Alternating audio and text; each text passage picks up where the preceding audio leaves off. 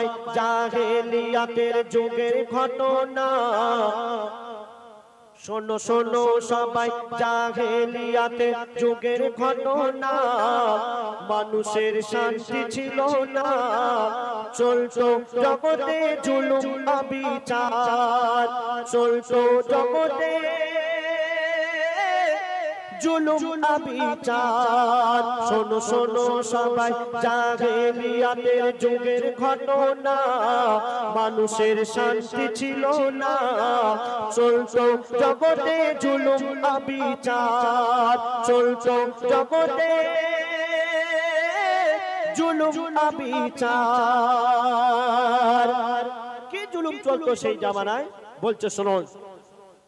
কোন পুরুষ মানুষ মারা গেলে সবাই জমা হতো, স্বামীর চিতায় জ্যান্ত বিধবাকে ফেলে দিত, স্বামীর চিতায় জ্যান্ত বিধবাকে ফেলে দিত।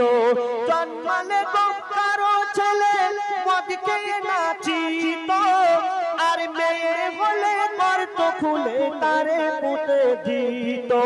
দিন ইসলাম প্রচার হলো, নবীজি করলো ঘোষণা, দিন ইসলাম প্রচার হলো, নবীজি করলো ঘোষণা।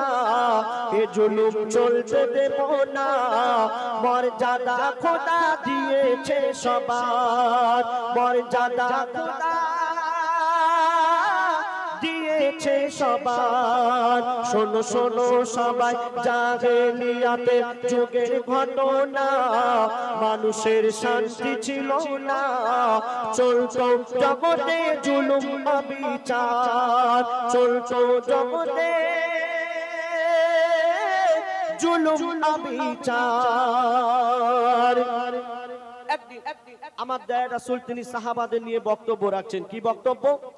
কোন ব্যক্তির যদি মেয়ে সন্তান হয় আর সেই সন্তানকে ছোট থেকে বড় করলো, তাকে লেখাপড়া শিখিয়ে ভালো ঘরে বিয়ে দিয়ে দিল, সেই ব্যক্তির জান্নাতি হয়ে গেল। এই কথা শোনার পর আমার দয়ার রাসূলের একজন সাহাবা আবু দারদা নামে, তিনি এক সাইডে বসে বসে হাউ হাউ করে কাঁদছেন। কেন বলছে শুনুন। একদিন আমার দয়ার নবী, একদিন আমার দয়ার নবী মাহফিলে মিলাদ করে, সেজন ভাগ্যবান মেয়ে সন্তান রয়েছে যার ঘরে, সেজন ভাগ্যবান মেয়ে সন্তান রয়েছে যার ঘরে। এক সাহাবী মিলাদ শুনে কাঁদে গো অঝরে, এক সাহাবী মিলাদ শুনে কাঁদে গো অঝরে। মোর দয়ার নবী সান্ত্বনা দেয়, জিজ্ঞাসা তারে করে, মোর দয়ার নবী সান্ত্বনা দেয়, জিজ্ঞাসা তারে করে। ওই আবু দারদা বলে খোদা আমায় ছাড়বে না, ওই আবু দারদা বলে খোদা আমায় ছাড়বে না, করেছি আমি এমন গুনাহ, নবীজি বলেন আমার খুলে বলো না, নবীজি বলেন আমার খুলে বলো না। যখন আবু দারদা বললেন যে আমি এমন একটি পাপ করেছি, এমন একটি ভুল করেছি, আল্লাহ পাক মনে হয় আমাকে আর ক্ষমা করবেন না, আমার দয়ার রাসূল সেই আবু দারদাকে জিজ্ঞাসা করলেন, আবু দারদা তুমি এমন কি ভুল করেছো একটু আমাকে বলো। আবু দারদা বললেন, হে আমার রাসূল, আমি বিদেশে কাজে গিয়েছিলাম, আর কাজে যাওয়ার আগে আমি দেখে গিয়েছিলাম আমার স্ত্রী গর্ভবতী। যাওয়ার সময় আমার স্ত্রীকে আমি বলে গিয়েছিলাম, বিবি আমার যদি ছেলে সন্তান হয় তাহলে তুমি আমার কাছে খবর পাঠাবে, আর মেয়ে সন্তান হলে তুমি গলা টিপে মেরে ফেলবে। তারপরে কি ঘটনা ঘটছে শুনুন, একটু মন দিয়ে শুনবেন। আমার স্ত্রী তখন গর্ভবতী, আমি ছিলাম ওই সফরে, 5 বছর পরে ফিরে এলাম আমি আপন ঘরে, 5 বছর পরে ফিরে এলাম আমি আপন ঘরে।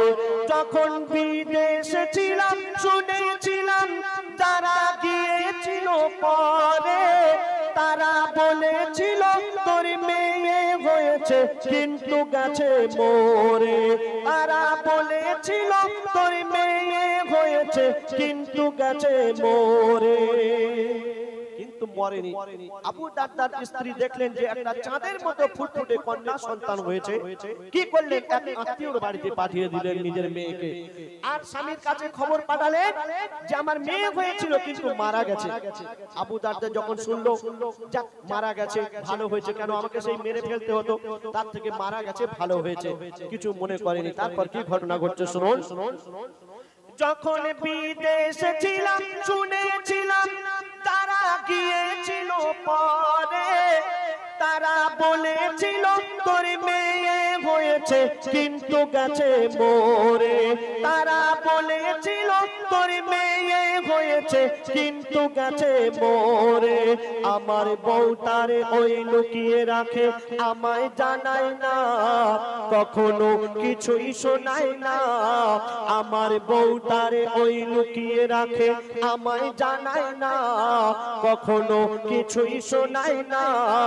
মেয়েকে লুকিয়ে রাখে ভয়েতে আমার, মেয়েকে লুকিয়ে রাখে ভয়েতে আমার। তারপরে শুনুন, 5 বছর পরে যখন আবু দারদা কাজ থেকে ঘরে ফিরলেন, কিছুদিন পরে আবু দারদা একদিন বসে আছে বারান্দায়, এক আত্মীয় এসে একটা ফুটফুটে চাঁদের মতো সুন্দর একটা মেয়েকে আবু দারদার কোলে বসিয়ে দিলেন। আবু দারদা দেখছে এত সুন্দর মেয়ে কোথায় ছিল। সেই আত্মীয় বলছে আবু দারদা এই মেয়েটাকে তুমি চেনো? আবু দারদা বলছে আমি তো চিনি না, কোনোদিন আমি একে দেখিনি, কি করে চিনবো? আবু দারদাকে সেই আত্মীয় বলল আবু দারদা শুনে রাখো এটা তোমারই মেয়ে। আবু দারদা বেদিন ছিলেন, তিনি রাগান্বিত হয়ে গেলেন। তারপরে কি ঘটনা ঘটছে শুনুন। 5 বছর পরে আত্মীয় এলো আমার বাড়ি, সে বলল এটা তোমার মেয়ে, নাও চুমা তাড়াতাড়ি। সে বলল এটা তোমার মেয়ে, নাও চুমা তাড়াতাড়ি। আমি বেদিন ছিলাম, রেগে গেলাম, মনে হলো আরি, চিন্তা করি এই মেয়েকে কেমন করে মারি। ফন্দি করি ঘুরতে যাব বলে নিয়ে যায়। বিবিকে বলল আবু দারদা মনে মনে ফন্দি করলো যে মেয়েকে যদি বলি যে মেরে ফেলবো, কোনোদিন আমার স্ত্রী আমার যেতে দেবে না। মনে মনে ফন্দি করলো, বিবিকে বলল বিবি আমার এই সুন্দর মেয়েকে আমি ঘুরতে নিয়ে যাব, অনেকদিন পরে এসেছি তো, তুমি ভালো করে সাজিয়ে গুছিয়ে দাও, আমার মেয়েকে আমি ঘুরতে নিয়ে যাব। আবু দারদার স্ত্রী খুশি হয়ে গেলেন, যাক আমার স্বামী মনে হয় ভালো হয়ে গেছে, আমার এই সুন্দর মেয়েকে দেখে মনে হয় মনটা গলে গেছে, তাই ভালো করে মেয়েকে সাজিয়ে গুছিয়ে আব্বার হাতে তুলে দিল। তারপর কি ঘটনা ঘটছে শুনুন। ফন্দি করি ঘুরতে যাব বলে নিয়ে যাই, গিয়ে এক নিরালায় দাঁড়ায়, ওই মেয়ে বলে হাঁটবো কত আর, ওই মেয়ে বলে হাঁটবো কত আর। ফাঁকা মাঠ দিয়ে আবু দারদা মেয়েকে ঘুরতে নিয়ে যাচ্ছে, গরমের সময় বালি গরম হয়ে গেছে, মেয়ের পায়ে জুতা নেই, পা পুড়ে যাচ্ছে। আব্বা গো আমি আর কত হাঁটবো, আমি তো পাচ্ছি না, আর কত দূর যাব? আবু দারদা বললেন মেয়েকে মা আর বেশি দূর নয়, এসে গেছে। কিছু দূর যাবার পর আবু দারদা এক জায়গায় দাঁড়িয়ে গেলেন, এক জায়গায় দাঁড়িয়ে গেলেন, সেখানে দাঁড়িয়ে তিনি বালি খুঁজছেন, বালি খুঁজছে। আবু দারদা মেয়ে দেখছে যে আমার আব্বা বালি খুঁজছে, আব্বাকে জিজ্ঞাসা করছে আব্বা কি হারিয়ে গেছে তুমি খুঁজছো, এখানে বালি খুঁজছো? তারপর কি ঘটনা ঘটছে শুনুন। আমি গর্ত যখন খুলি তখন মেয়ে কয় আমাকে, কি হারিয়ে গেছে আব্বা তুমি খুঁজছো এই গর্ততে, কি হারিয়ে গেছে আব্বা তুমি খুঁজছো এই গর্ততে। ঝরছিল মোর গা থেকে ঘাম, সে মুছে দেয় দু হাতে। আবু দারদা বালি খুঁজছেন, গরমের সময় গা দিয়ে ঘাম টপ টপ টপ টপ করে ঝরে পড়ছে। মেয়ে দেখছে যে আমার আব্বার গা দিয়ে ঘাম ঝরে যাচ্ছে, আমার আব্বা আমাকে ঘুরতে নিয়ে যাচ্ছে, আর আমার আব্বার গা দিয়ে ঘাম ঝরে যাচ্ছে। মেয়ে তো আব্বাকে বেশি ভালোবাসে, মেয়েরা আব্বার গা দিয়ে ঘাম ঝরছে দেখে নিজের কাপড় দিয়ে আব্বার মুখখানা মুছিয়ে দিচ্ছে। আহা, দেখুন সেই মেয়ে জানতো না, মাসুম বাচ্চা, যে আমাকে কিছুক্ষণের মধ্যে মেরে ফেলা হবে। আব্বা বালি খুঁজছে, মেয়ে সহযোগিতা করছে, আব্বা বালি তুলছে, মেয়েও তুলছে। মেয়ে জানে না যে আমাকে মেরে ফেলবে। তারপর কি ঘটনা ঘটছে শুনুন। ঝরেছিল মোর গা থেকে ঘাম, সে মুছে যায় দুহাতে। আমি গর্ত খুলি, মোর মেয়ে বালি তোলে সাথে সাথে। আমি গর্ত খুলি, মোর মেয়ে বালি তোলে সাথে সাথে। তারে ফেলে দেব, মেরে দেব, সে বুঝতে পারে না, বিশ্বাস করে না। আমি দি ফেলে আর তারে তুলি না, আমি দি ফেলে আর তারে তুলি না। আবু দারদা তিনি বেদিন ছিলেন, সেই মেয়েকে বালিতে পুঁতে মেরে ফেললো। বালিতে যখন চাপা দিল, সেই বালির ভিতর থেকে আব্বা আব্বা আব্বা, আব্বাকে আমাকে আব্বা আমাকে আর মেরো না, আব্বা আমাকে আর মেরো না। এই কথা শোনার পর আমার দয়া রাসূল তিন কেঁদে ফেললেন। আবু দারদা বলছেন, হে আমার রাসূল, আমি তো বেদিন ছিলাম, আমি তো জানতাম না, আমি ভুল কাজ করে ফেলেছি, আমার কি ক্ষমা হবে না? আল্লাহ রাসূল বললেন, ক্ষমা হবে, তুমি আল্লাহর কাছে তাওবা করে নাও, কিন্তু যতদিন বেঁচে থাকবে আমার সামনে আর আসবে না। কেন?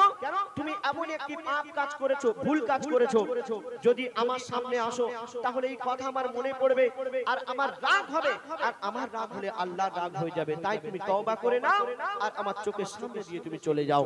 তারপর কি ঘটনা ঘটছে শুনুন। মোর দয়ার নবী সব শুনে আর কেঁদে কেঁদে বলে, খোদা করতে পারে ক্ষমা, তুমি তওবা করে নিলে। খোদা করতে পারে ক্ষমা, তুমি তওবা করে নিলে। ওই আবু দারদা মাথা ঠুকে খুন ঝরে যায় কপালে।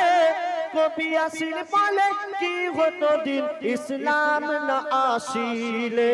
মোর দয়ার নবী বারে বারে করলো ঘোষণা, মোর দয়ার নবী বারে বারে করলো ঘোষণা, মেয়েকে বোঝাবে না।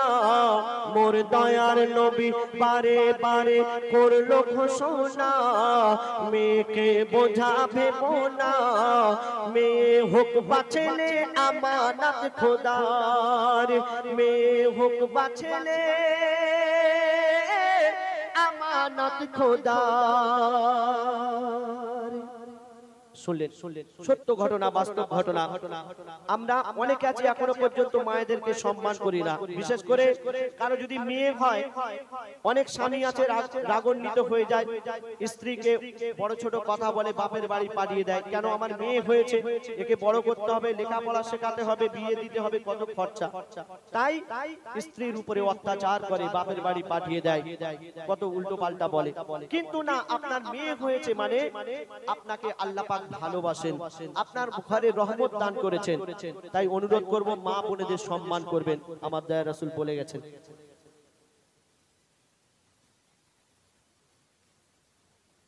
বলছে কবর আল্লাহ যখন ডাকে আমার নাম, ইনশাআল্লাহ শোনাবো।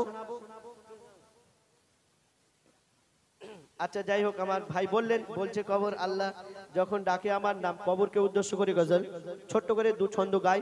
কেন? আমার বন্ধু হুজাইফা এসে গেছে, ওকে একটি ফরমাইশ করেছেন ফিলিস্তিনের গজল, আমার পরেই গাইবে। কবরকে উদ্দেশ্য করে বলছেন, আল্লাহ পাক কোরআন শরীফের মধ্যে ঘোষণা করলেন, কুল্লু নাফসিন যায়কাতুল মউত, অর্থাৎ মরণের পেয়ালা সবাইকে চাকতেই হবে, আর একদিন না একদিন এই মায়ার দুনিয়া ছেড়ে সকলকে চলে যেতে হবে। কিন্তু কার কখন এই জীবনের হায়াত, এই জীবনের সময় ফুরিয়ে যাবে আমরা নিজেরা কেউ জানি না। আমাদের কোনো সন্তান জন্ম হলে আমরা সেই ছোট্ট সন্তানকে সুন্দর একটা নাম রাখি, তাই তো মায়েরা? নাকি বিনা নামে রাখি ছেলেদের? সন্তানকে একটা সুন্দর নাম রাখি, আর সেই নাম শোনার পর আমরা সকলে খুব খুশি হই, আনন্দ পাই। কিন্তু কবরের নাম যখন কবর রাখা হলো, ফেরেশতারা কি বলছে শুনুন। দাদা একটু মিটটা বাড়ান, প্রেসার পড়ছে গলা। বলছে কবর আল্লাহ যখন রাখে আমার নাম, বলছে কবর আল্লাহ যখন রাখে আমার নাম, আমার নাম শুনে সবার বদন থেকে বেরোয় ঘাম, আমার নাম শুনে সবার বদন থেকে বেরোয় ঘাম। বলছে কবর আল্লাহ যখন, বলছে কবর আল্লাহ যখন রাখে আমার নাম, বলছে কবর আল্লাহ যখন রাখে আমার নাম, আমার নাম শুনে সবার বদন থেকে বেরোয় ঘাম, আমার নাম শুনে সবার বদন থেকে বেরোয় ঘাম।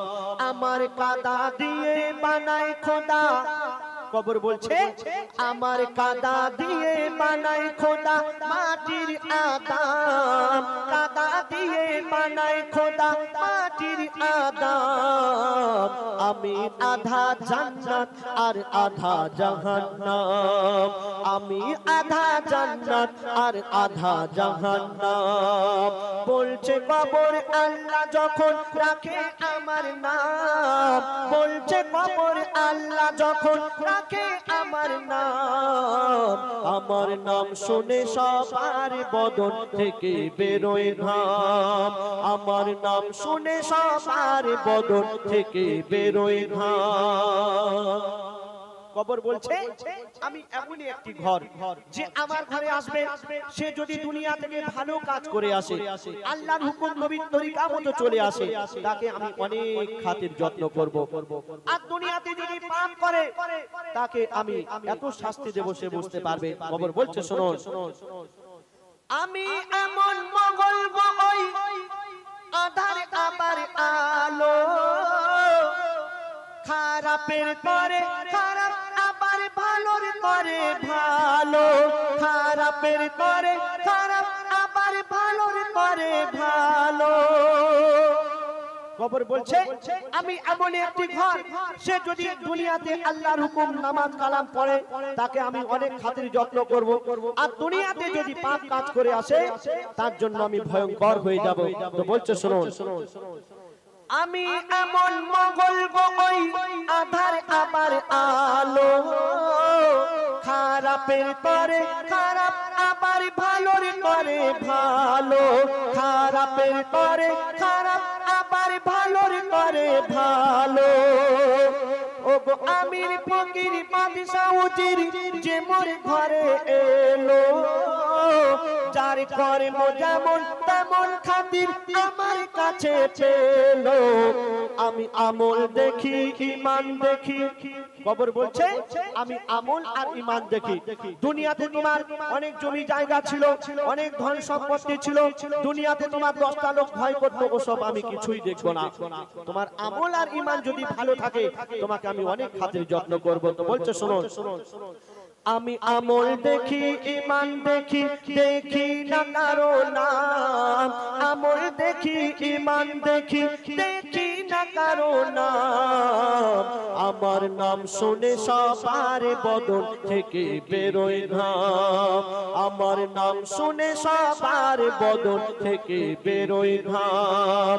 আমার কাদা দিয়ে বানায় খোদা, আমার কাদা দিয়ে বানায় খোদা মাটির আদাম, কাদা দিয়ে বানায় খোদা মাটির আদাম, আমি আধা জান্নাত আর আধা জাহান্নাম, আমি আধা জান্নাত আর আধা জাহান্নাম।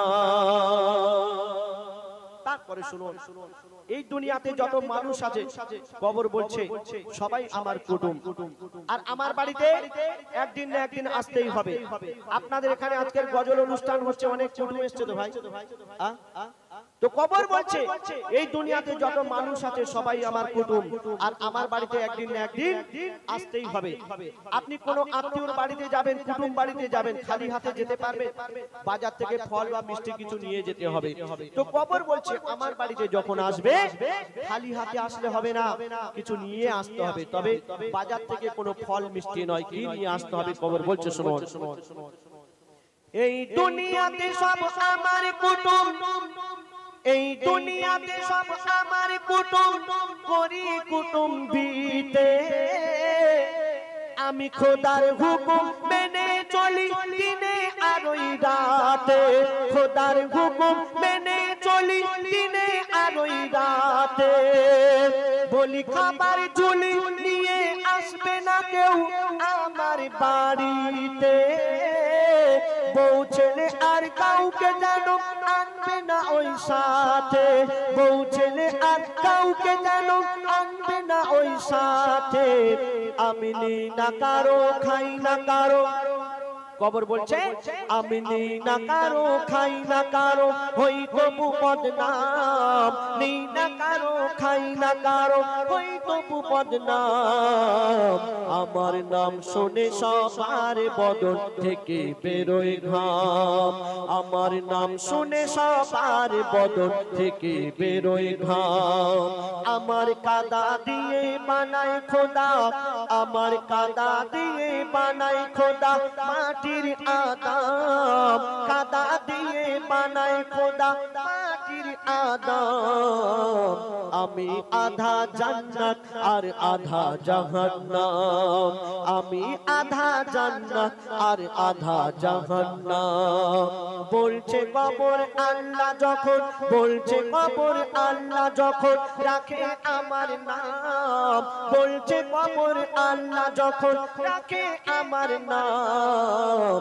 আমার নাম শুনে সবার বদন থেকে বেরোয় ঘাম, আমার নাম শুনে সবার বদন থেকে বেরোয় ঘাম, আমার নাম শুনে সবার বদন থেকে বেরোয় ঘাম।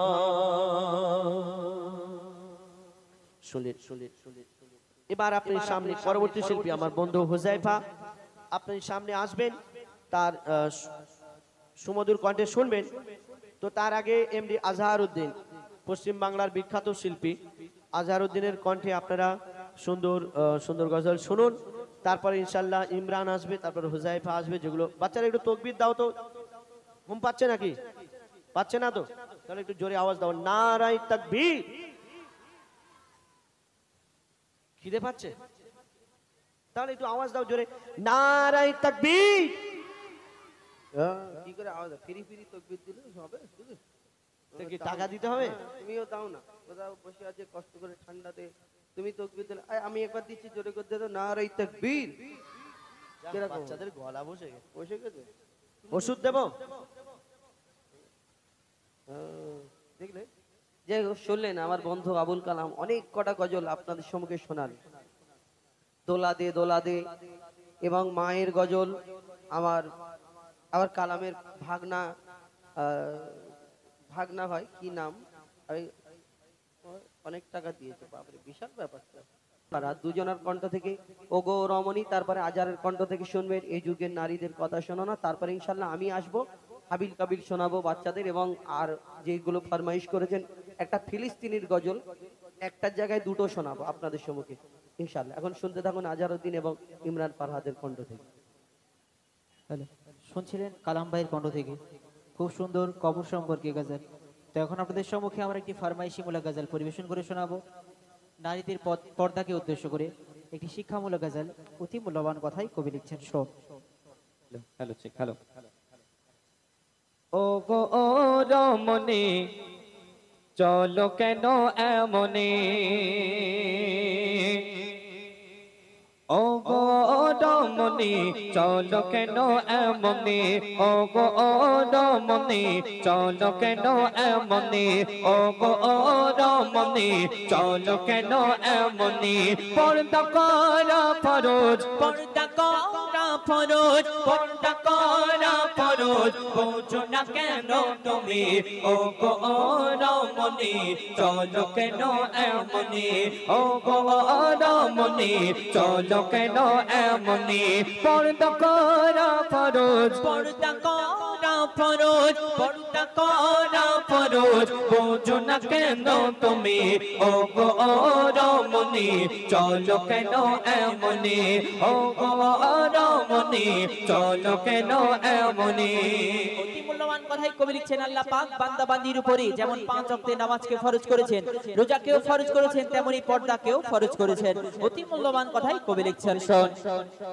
নামাজ ফরজ রোজা ফরজ পর্দা ফরজ তেমনি নামাজ ফরজ রোজা ফরজ পর্দা ফরজ তেমনি পর্দা ছাড়া চলা খারাপ পর্দা ছাড়া চলা খারাপ এই যে কোরআনের বাণী ও গো রমণী চলো কেন এমনি ও গো রমণী চলো কেন এমনি পর্দা করা ফরজ পর্দা করা ফরজ পর্দা করা ফরজ বোঝো না কেন তুমি ও গো রমণী চলো কেন এমনি ও গো রমণী চলো কেন এমনি তারপর কবি অত সুন্দর কথা আরো এই মিসাল হচ্ছে দেখুন পর্দা নারীর ভূষণ পর্দা নারীর ভূষণ পর্দা যে নারীর খনি পর্দা নারীর ভূষণ পর্দা যে নারীর খনি পর্দা করে চললে পরে পর্দা করে চললে পরে হবে না পেরেশানি ও গো রমণী চলো কেন এমনি ও গো রমণী চলো কেন এমনি পর্দা করা ফরজ পর্দা করা ফরজ পর্দা করা ফরজ বোঝো না কেন তুমি ও গো রমণী চলো কেন এমনি ও গো রমণী চলো কেন এমনি মূল্যবান কথায় সেই পর্দাকে উদ্দেশ্য করে লেখক আরো কি লিখছেন শোন মূল্যহীন খোসাবিহীন কলা ও গো যেমনি মূল্যহীন খোসাবিহীন কলা ও গো যেমনি পর্দাবিহীন নারী তোমার পর্দাবিহীন নারী তোমার মূল্য বোঝো তেমনি ও গো রমণী চলো কেন এমনি ও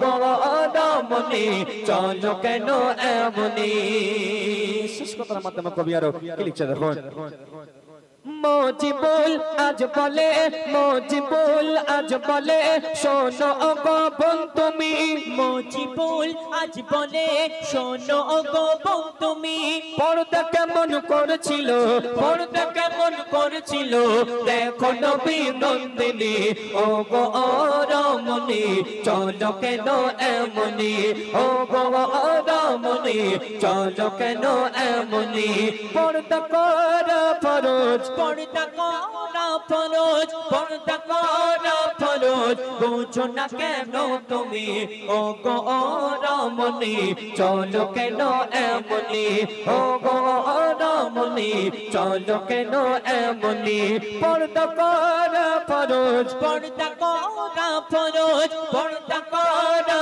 ফরজ বোঝো না কেন তুমি ও গো রমণী চলো কেন এমনি ও গো রমণী চলো কেন এমনি ও গো রমণী চলো কেন এমনি শুনলেন তো এখন আপনাদের সম্মুখে আরেকটি ফরমাইশমূলক গজল পরিবেশন করে শোনাবো। আমার মা বোনেরা অনেকেই আছেন যেন রাগ করবেন না, কারণ এই গজলটি একটি শিক্ষামূলক গজল। সমাজে যা ঘটছে সেই বাস্তব কথা কবি তুলে ধরেছেন, অতি মূল্যবান কথাই কবি দিচ্ছেন। শুনুন। Hello hello hello check hello hello.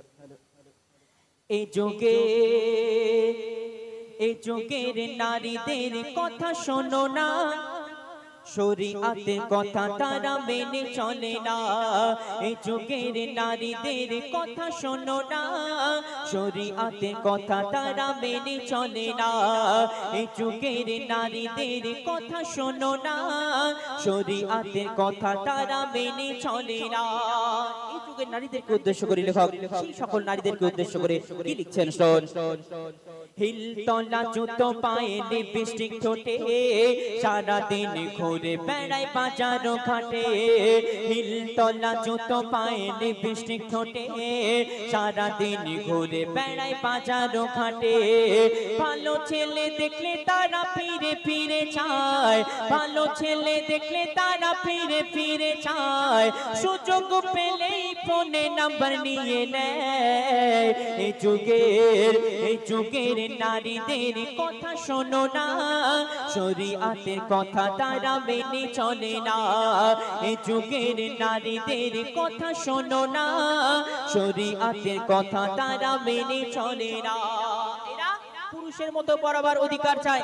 পুরুষ একটা পুরুষ দুনিয়ার মধ্যে যেভাবে ঘুরবে তেমন ভাবে চলতে চায়। অতি মূল্যবান কথাই কবি আর ফিরেছেন। শোন, জিন্সের প্যান্ট আর গেঞ্জি পরে বিদেশিদের মতো করে হেঁটে চলে। জিন্সের প্যান্ট আর গেঞ্জি পরে বিদেশিদের মতো করে হেঁটে চলে। মাথার ওড়নাটা গলাইতে দিয়ে চুলগুলি পাবলিক সাটি দিয়ে। পুরুষ না মহিলা বোঝা যায় না, পুরুষ না মহিলা বোঝা যায় না। নারী হয়ে কেন করো এত বাগানা? এই যুগের নারীদের কথা শোনো না, শরীয়তের কথা তারা মেনে চলে না। আর যদি বাড়িতে দুলাভাই আসে, শালীরা দুলাভাইয়ের সঙ্গে কেমন আবদার করে কবি লিখছেন। শোন, দুলাভাই থাকলে আরো ভালো হয়, বলে ভাই চলো না সিনেমায় যায়। দুলাভাই থাকলে আরো ভালো হয়, বলে ভাই চলো না সিনেমায় যায়। রেস্টুরেন্টে বসে তারা কত কি যে খায়, রেস্টুরেন্টে বসে তারা কত কি যে খায়। দুলাভাই শালীর প্রেমে পাগল হয়ে যায়। এই যুগের নারীদের কথা শোনো না, শরীয়তের কথা তারা মেনে চলে না। এই যুগের নারীদের কথা শোনো না, শরীয়তের কথা তারা মেনে চলে না। শেষ কথার মাধ্যমে কবির মনে আরজুতাবানা খায়লাত কবি লিখছেন, আল্লাহ পাক নারী জাতকে অনেক সম্মান অনেক মর্যাদা দান করেছেন, কিন্তু আমরা সেই সম্মান ধরে রাখতে পারি না। শেষ কথার মাধ্যমে কবি লিখছেন। শোন, তাই বলি সমাজের ও গোপনেরা, নারী হয়ে কেন করো এত বাহানা? তাই বলি সমাজের ও গোপুরা, নারী হয়ে কেন করো এত বাহানা? মরণ ঘুমিয়ে আসবে যখন, শয়তানি বুঝবে তখন। শাহাবুদ্দিন বলে তাই একটু শোনো না, আজহারউদ্দিন বলে তাই একটু শোনো না। পুরুষের পেশে নারী আর সেজনা। এই যুগের নারীদের কথা শোনো না, শরীয়তের কথা তারা মেনে চলে না। এই যুগের নারীদের কথা শোনো না, শরীয়তের কথা তারা মেনে চলে না। তো শুনলেন, এখন আপনাদের সম্মুখে আমার উস্তাদ তার মূল্যবান গজল, কিছু ফরমাইশি মূলক গজল পরিবেশন করে শোনাবেন। আপনারা ধীরে ধীরে ভাবে শ্রবণ করুন। শুনলেন, আমাদের এই যুগের নারীদের কথা শোনো না। বাড়ি তোমার বিয়ে হয়ে গিয়েছিল বলে তাই, নাহলে বিয়ে হতো না। বুঝলাম, মেয়েদের বদনাম করা বেরিয়ে যেত বাবা। তো আমার মা বোনেদের নিয়ে একটি গজল শোনালেন, আমার মা বোনেদেরই ফরমাইশ।